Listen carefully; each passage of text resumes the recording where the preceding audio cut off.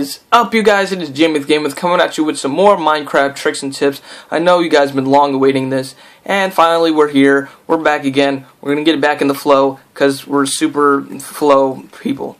Yeah, that was a great intro. So today we're gonna be going over dispensers and redstone clocks. Now this is not a redstone clock. Get out of my face. Yeah, you take that clock. How dare you be in my inventory? You're confusing people. Now this is our redstone clock right here. So let me cut it off to show you exactly what it looks like. This right here is our redstone clock, and let me show you what it looks like in action. So at the end of this episode, this is what we should be able to make, and also we'll know why this works exactly.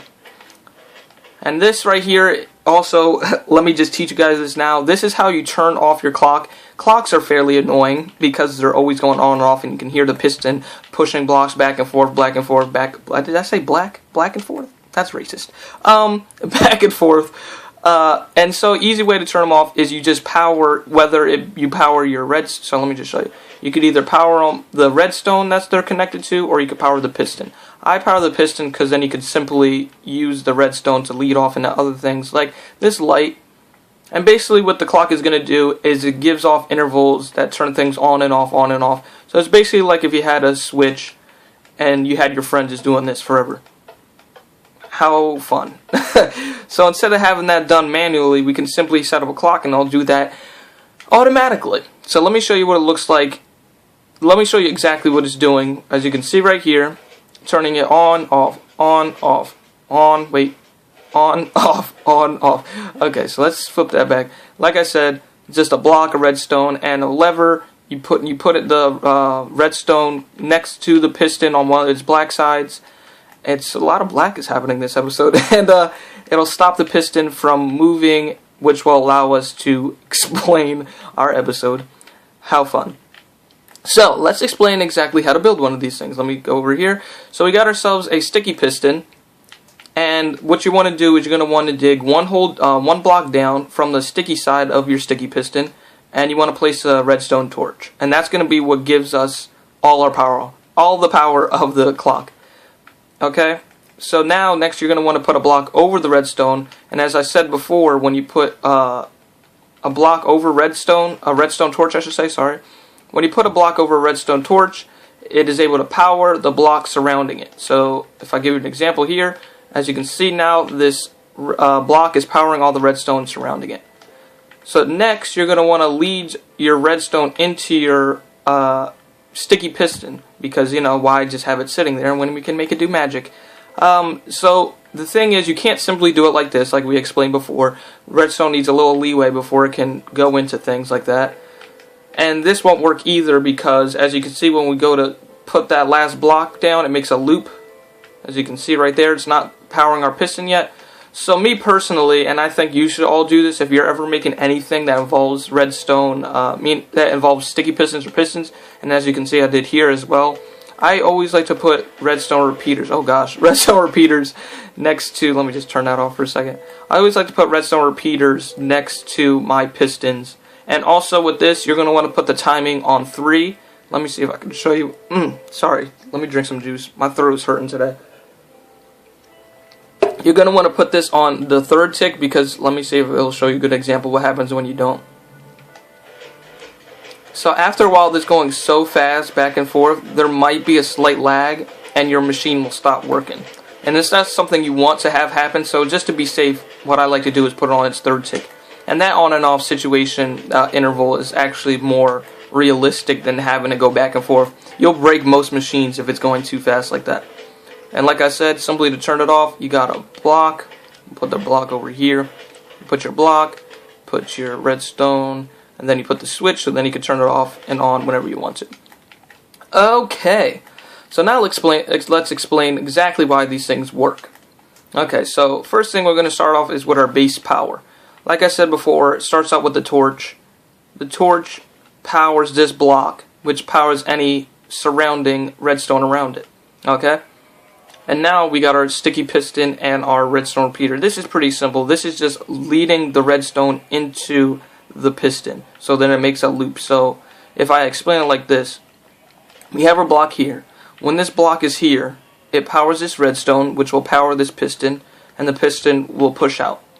But now because this block isn't here anymore, not right here to power this redstone as it was before, the piston, because it's not powered, will push in.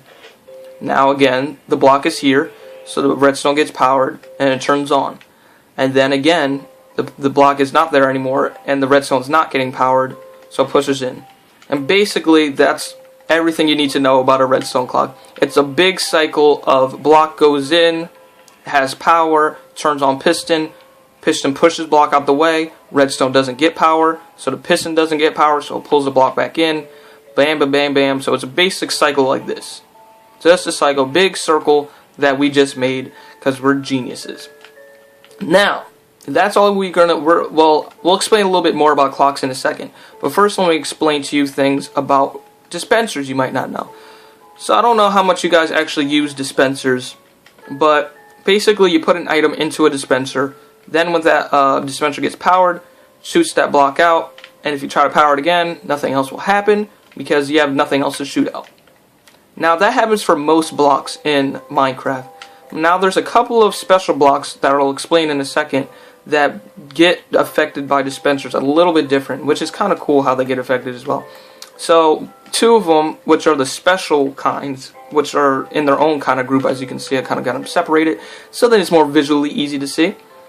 So we got our lava bucket and we have water buckets. So let me turn these both on. As you can see, the dispenser, instead of just throwing out a bucket of water or a bucket of lava, it actually empties the water while keeping the bucket inside. As you can see, same thing is happening with lava, empty bucket in the dispenser, hooray. So we turn this off and they stay like that. Now the interesting thing about buckets of water and buckets of lava is if we power them again, the water gets sucked back into the bucket and so does, oops, that's what I meant. Wait, oh no, because now it's going to be like that forever. Wait, there we go. Okay, let me explain it again. So now when we turn it back on, the lava and the water both get sucked back into the dispenser, as you can see here. So turn on, they spit out, turn them off, nothing happens, turn them back on. So they basically have to be powered again. It's not when they get turned off that they suck back in, but it's when they're powered again that they suck it back in. Sucking, black and sucking. We're obviously not trying to make a porno here. So now there's 5 more items in the game. Well, basically 4, but 5 in a sense, that also have a different reaction to dispensers. So our first one is our bottle of O-Chanting. When you shoot that out, it acts just like a splash potion, and it shoots out whenever it hits an item, it'll explode. And the words I'm using to explain this are just great. Next we got our fire charges. When you shoot those out, if you can look closely, you'll see a fire get thrown out and then it'll land and hit something. Something on fire. Oh my gosh, now we can burn down forests without having to do anything except hit a switch. Yay, we're evil. Okay. And I said forests, yeah I did, yeah, because my grammar's great today. Next we got ourselves a regular splash damage potion. Let me show you a cool thing I didn't even know until recently. Look, so you got a pig right here, and you got a invisibility potion here. If we activate it, bam, OMG, you can affect mobs as well with bottles of... I kind of knew that that you could affect them with splash potions, but I didn't know that you could, I didn't know visibility would work on them. But now we know. Next we got ourselves arrows. When you shoot them out, they shoot just like if you shot them from a bow. Oh, that's not what I meant. Pig, excuse me. Thank you. Turn them on. Shoots out arrows. He's freaking out, dude. He is just going ham on it. You get it? Ham. Okay. And next we got ourselves snowballs, which I just recently found. I didn't even think about this, but when you shoot those out, they shoot out just like if you threw a snowball. Now, you know what I'm thinking about? What happens if you shoot out eggs? I just forgot you can throw eggs. One thing I don't think that works is the ender pearl. I tried it. Does not work. Let's see if we can get an egg. Where's eggs at? There we go. There's an egg right here. Let's see what happens if we try to shoot out an egg. I think that it might shoot out. Let's see. Oh, snap. Look at it. They shoot out. So that you could just... Wow. If you get enough eggs, you could just make like an entire infinity kind of like egg farm. Like a chicken farm, I guess. I don't know. So it looks like eggs are also another thing. So there's actually about 5, not 6, but 5 different items that you can shoot out of dispensers that will have different effects than just regular blocks that are just placed inside. So, you might be wondering why I taught you about dispensers. Well, clocks and dispensers go hand in hand in one situation, which is right here.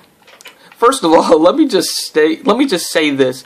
If you ever have a friend who has iron doors and pressure pads, just don't trust them. Alright? Especially when there's not a pressure pad on the other side of the door. But nonetheless, you see an emerald, you're like, oh snap, man, I need that emerald, man. I just need it so bad. I just need it so bad. And actually, I think there's supposed to be arrows in here, but I forgot to fill them up. And some of them aren't getting activated because my game is a little laggy.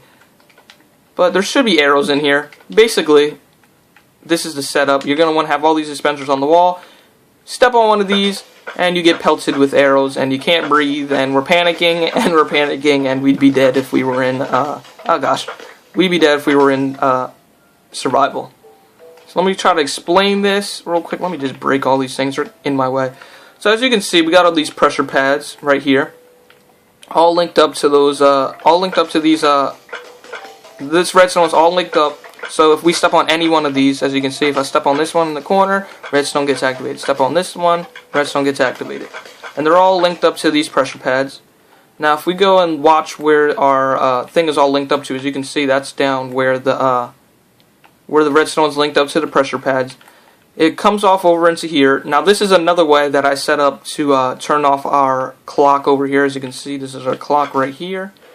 As you can see, perfectly working fine and dandy. And we got our, this is another way you can switch them off, because since we're not using a switch to turn these off, we're using pressure pads. You just link whatever the power is coming from into the block. It's basically the same setup if you think about it. This is where our power is coming from, turn it off, that's how it works. Now our power is coming from here, so anything that this powers will turn this off, which will activate this, which will go into this little setup I have right here. If you want to just look at this for a second, then you can. Basically, we have a set of 8 dispensers around one solid block in the middle. We put a block down, put a redstone torch, so then it can power this block, which powers these two, and then we have the redstone line that goes into the bottom ones because they can't really get affected by this redstone torch. And we have our clock connected to it, so then when this does turn off, this is rotating, these are turning on and off and on and off, so they're shooting arrows, and then they're shooting arrows, and they're shooting more arrows, and shooting more arrows, and then you're dead. And that's the sad life of whoever comes into your place to try to steal your stuff. It's a really intricate way of hiding really expensive things, but you know, just the reactions on your friends' faces would just be priceless, I guess. So now let me, I kind of have this little setup here just to show you. As you can see, this is not too hidden.